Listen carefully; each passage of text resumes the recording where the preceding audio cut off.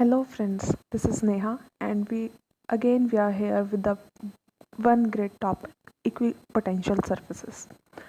Okay, so we are here in this channel studying the whole syllabus from this beginning of plus 2 class. So मैं यहाँ पे plus two class CBSE और HBSE दोनों के according ही teach कर रही हूँ. So almost every topic is considered in your syllabus. If there is any query that topic is left or that topic is not included, you can tell me by commenting in below. Okay, and please do subscribe my channel. Thank you. So not furthering wasting the time, let's start our topic, equipotential surfaces. If we talk about our last lecture, in this we study about the electric potential at any point due to an dipole. Okay हमारा वहाँ पे electric potential हमने निकाला था dipole के basis पे. अब जो पोटेंशियल है उसकी सरफेसेस भी होती है, उन्हीं सरफेसेस को हम पढ़ने जा रहे हैं. जैसे हमने वहाँ पर देखा था दैट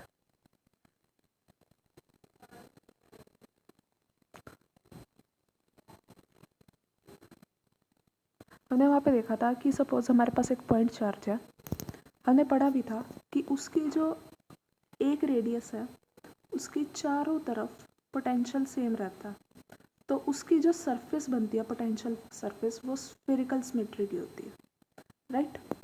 इसी तरह अब क्या सिर्फ उसके अराउंड एक ही सरफेस बनती है या बहुत सारी सरफेसेस बनती है, ये पढ़ना है हमें.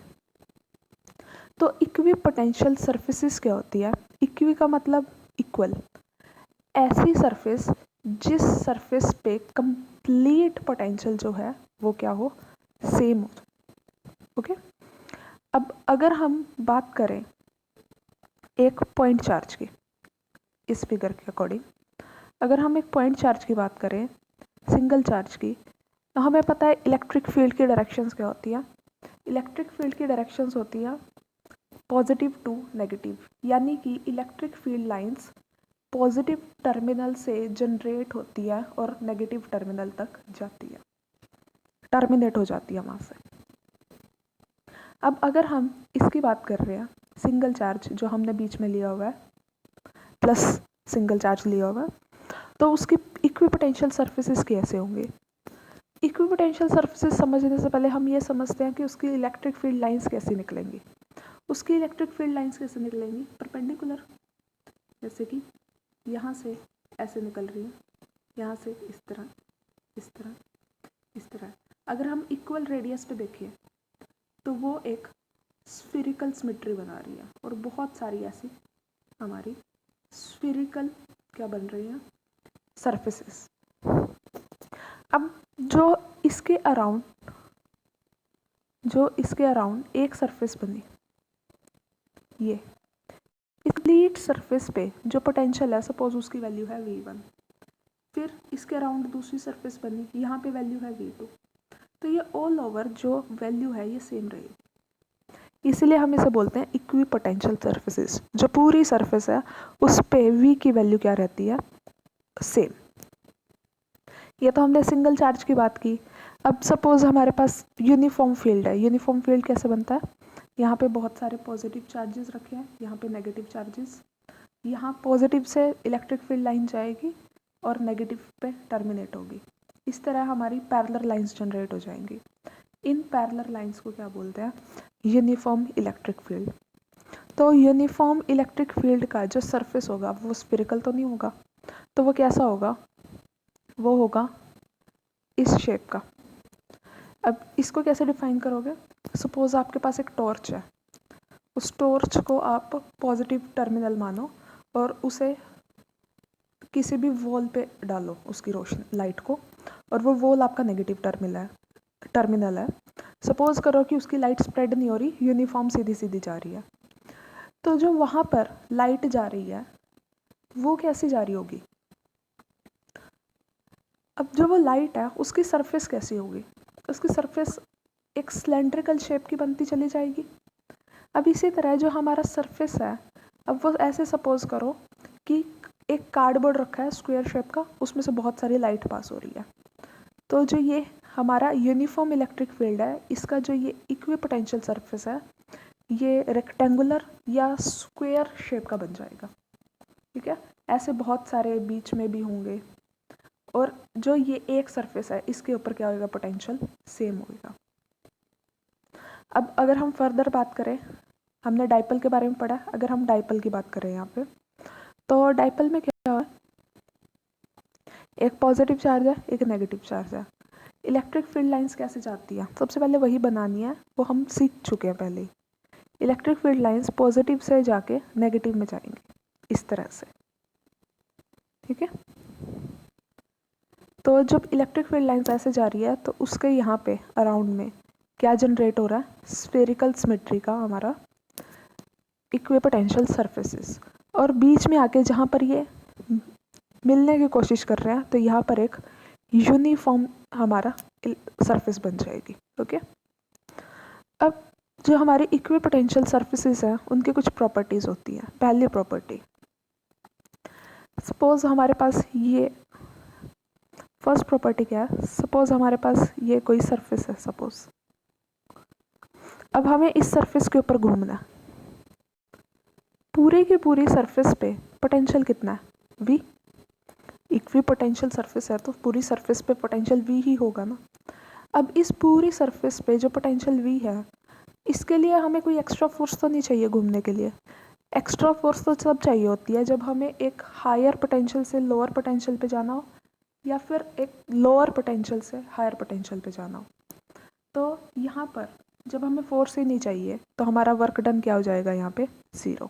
तो हमारा फर्स्ट पॉइंट क्या कह रहा है कि no work is done in moving a test charge from one point to another in equipotential surfaces.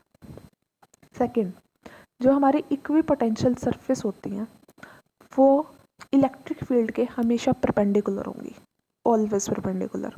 अगर हमारी इलेक्ट्रिक फील्ड की डायरेक्शन ये है तो इक्विपोटेंशियल सरफेस की डायरेक्शन या तो ये होगी या फिर ये वाली। डन, इनके बीच में 90 डिग्री का एंगल बनना चाहिए।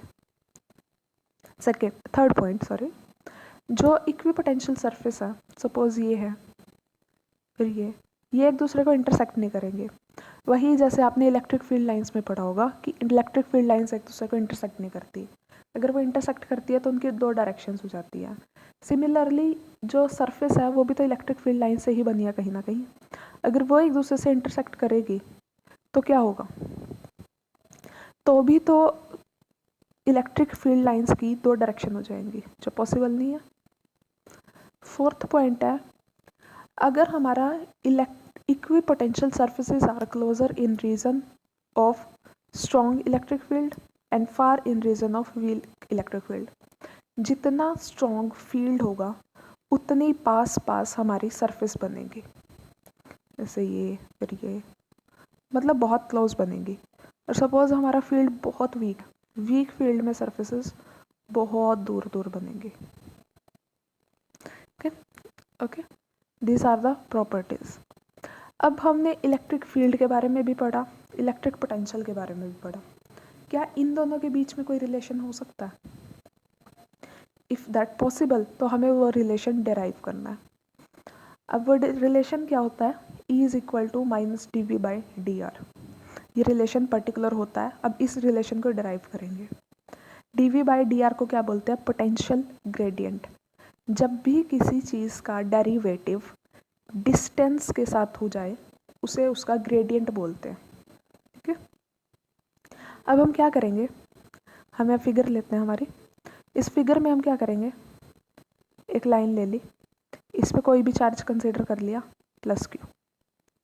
इसकी एक खुद की पोटेंशियल सरफेस होगी और एक अगली पोटेंशियल सरफेस होगी, एक नेक्स्ट। हमने यहाँ बहुत सारी सरफेसेस बना दी। सपोज इस P पॉइंट से फर्स्ट सरफेस से हमें सेकंड सरफेस पे इसको लेके जाना है। ठीक है, कितना डिस्टेंस है, dr। अब फर्स्ट सरफेस से सेकंड सरफेस सपोज V1 से V2 पे लेके जाना है, दोनों का डिफरेंस हमने मान लिया dv है। ठीक है, अब यहाँ से यहाँ लेके जाने के लिए कुछ ना कुछ वर्क डन करना पड़ेगा।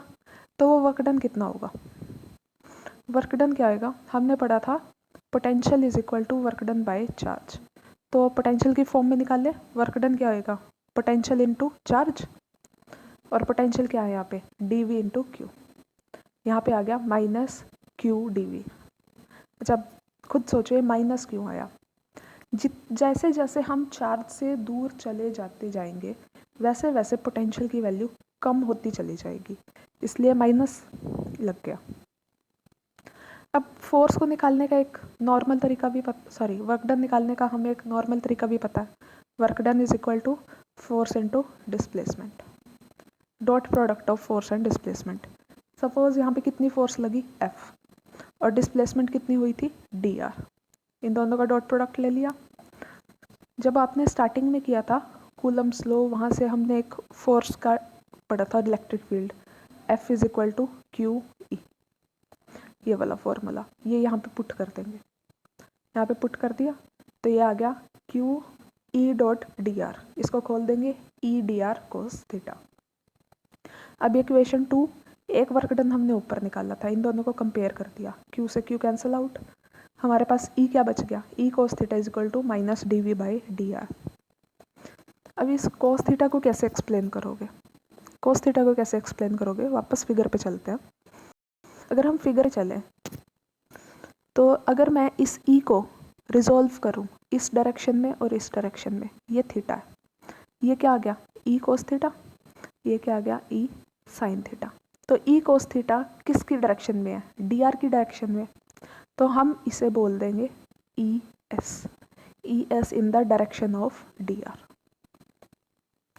तो मैंने इसे लिख दिया E S is equal to minus D V d r, क्योंकि यहाँ पे कोई कोस थीटा का ज़्यादा फर्क नहीं पड़ेगा, कोस theta is just a ratio यानी कि इसकी कोई डायमेंशनल फॉर्मूला तो है नहीं है, कोई डायमेंशन ही नहीं, तो ई में इसे मल्टीप्लाई डिवाइड कुछ करो, कोई खास फर्क नहीं पड़ेगा, जस्ट एक न्यूमेरिकल फैक्टर का फ़र्क आएगा, तो वो हम कंसिडर कर ही लेंगे।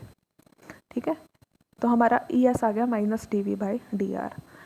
पर्टिकुलर डायरेक्शंस भी उठाए, ई एक्स की डायरेक्शन में डी एक्स आ जाएगा, वाई की डायरेक्शन में वाई और जेड की डायरेक्शन में जेड। ठीक है, सो अगर आपको कोई प्रॉब्लम हो आप मुझसे बोल सकते हो, otherwise thank you and please do like the video and subscribe the channel.